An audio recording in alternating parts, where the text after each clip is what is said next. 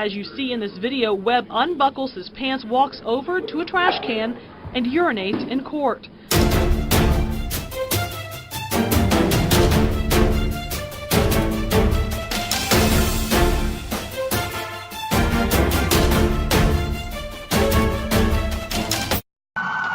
Sirens scream and it's pedal to the metal as cops chase a suspect across half of New Jersey.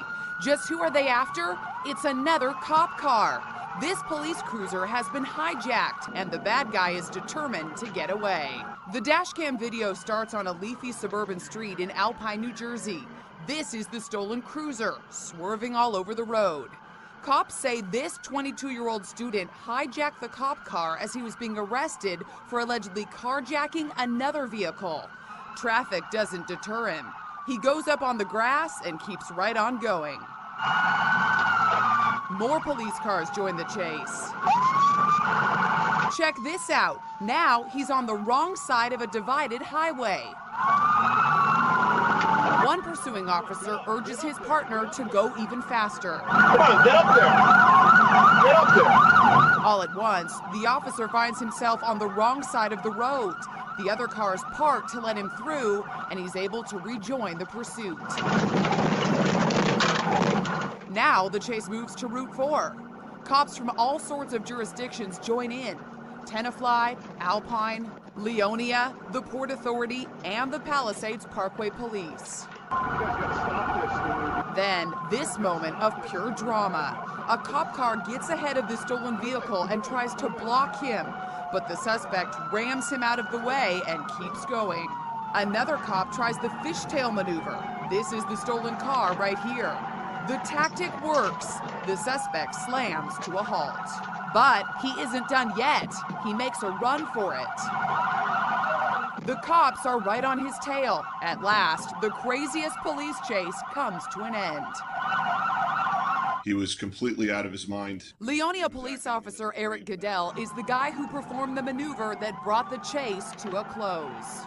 I saw an empty car dealer with a large front lawn, and I figured it's got to stop. Is it a miracle that no one was injured or killed by this guy? It was a miracle. He became more and more reckless as the pursuit went on. So, who's the suspect? He was ID'd as Sari Manta Kong. He's a student at the University of Connecticut. A jury convicted him of pulling a gun on Dayton police, and today, Lance Dyer learned his punishment. 2 News was the only crew with a camera in the courtroom during his sentencing. The 17-year-old was sentenced to 11 years behind bars, and he almost wasn't alone. The sentence enraged Dyer's sister, who had to be forced out of the courtroom. Is there anything further from the state? And that's man, my brother got 13 years old. It was an explosive ending to a case that started over a year ago. Lance Dyer was only 16 when he was involved in a brief police chase in a stolen car. Dyer bailed from the vehicle and pointed a gun at a Dayton officer while trying to get away. That cop fired and shot Dyer in the hand. I can't think of anything more serious than someone pointing a loaded weapon at a police officer. You are lucky to be standing here in front of me today instead of being on the ground. Judge Dennis Adkins says Dyer has shown no remorse or responsibility for his actions, and as a result sentenced him to 11 years behind bars. Dyer's mother says they plan to appeal. I still don't believe that he pointed a gun at a police officer because my son would be dead. You know, police officers don't shoot warning shots. They are trying to shoot to kill. So if you're trying to shoot to kill, then if my son pointed a 9mm at you twice, why isn't my son dead? You will see how close this was to a man and a father and a public servant laying dead. While Assistant District Attorney Richard Vance gave his opening statement, and then he says, I'm going to kill myself because I'm going to go to the pen and jail for the rest of my life. Interesting words to say. If he hadn't done something. mumbling was heard from 17-year-old Corey Webb, and it continued into the first witness testimony. So the judge stopped trial.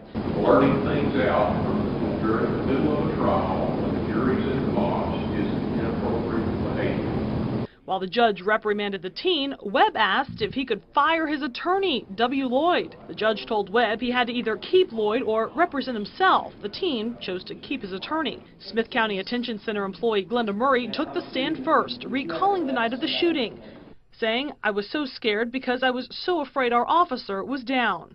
After her testimony, the court broke for lunch. Right as the jury was ushered out, as you see in this video, Webb unbuckles his pants, walks over to a trash can, and urinates in court. The judge had this to say to Webb. I don't know how you were raised, but peeing in a trash can in a state district courtroom is inappropriate behavior. This is the second conversation we're having. There won't be a third. After recess, trial resumed and Webb made a big decision. He decided to plead guilty to shooting at the intake officer at the Attention Center on July 23, 2010. They tricked him. Outside the courtroom, his family was outraged with the plea. And somehow he got the kid to take a plea when we weren't there to help him. Corey is sick. And they maintained Corey never fired shots at the deputy. He was 16 when it happened. He's 17 now, and he didn't do it. But he admitted to the court he did and will now face up to life in prison for the crime.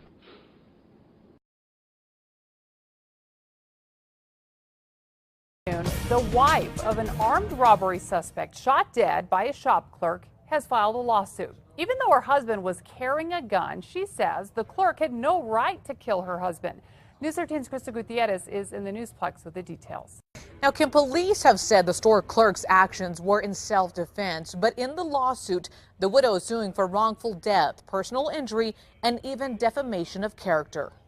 I worked at a full-spectrum smoke shop, and some guy just tried to come in here and rob me, and I shot him. I need police over here right now. A 911 call from a panicked clerk moments after he shot and killed armed robbery suspect Ramon Cedillo. The suspect's widow is now suing the store clerk, saying he was in the wrong. Cedillo's attorney, Amavalis Jaramillo, says it all comes down to who had more fault in this case. While he acknowledges the suspect's role in what happened, he does bear some fault for it. But it's like a pie. You divide out the fault accordingly, and Mr. Beasley could have definitely done something different. Jaramillo says the clerk, Matthew Beasley, is more at fault. Why? The suit alleges surveillance video shows Beasley watching Cedillo and his accomplice getting ready to commit the crime. So Jaramillo says the clerk should have called police or left the store. Instead, the suit states the clerk decided to, quote, ambush the thieves. He had no basis to believe that his life was actually in danger. Most burglaries end in just it's just an attempt to get money. They really don't kill the clerks. The clerk's attorney says he's seen the surveillance video too, and he claims there was no time to call police. Mr. Cedillo pulled a gun and pointed it right at him.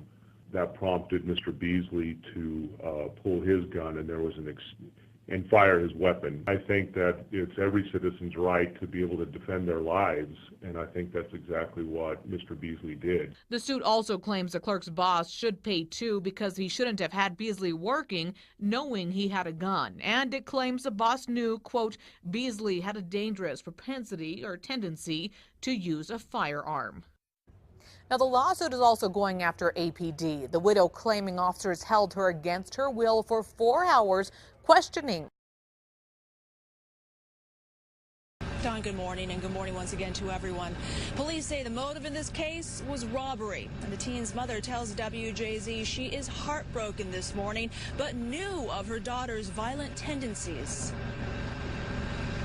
The two men shot, both Hispanic, were sitting in front of a row house in southeast Baltimore August 13th when police say 14-year-old Artisha Holt tried to rob them at gunpoint. They laughed, and now one of them is dead, another seriously injured. Given her age, the two victims did not take her seriously, and as a result, she fired shots. Holt's mother told WJZ this is just another violent outburst from her teenage daughter who's had issues in the past. A violent attitude, but I never thought that it would get to the point where as though she would hurt somebody. She says she tried to get help for Artisha, but to no avail. Now her only hope is that others can see the child she tried to raise. I just hope they look at everything and see that she's still a little girl. She's not a monster like they making her out to be. The man Holt is accused of killing, 43-year-old Jose Gonzalez Correa, is not alone. Several other Hispanics have been shot or murdered recently. Honduras native Martin Reyes was killed nearby. The suspect told police he did it because he, quotes, hates Mexicans.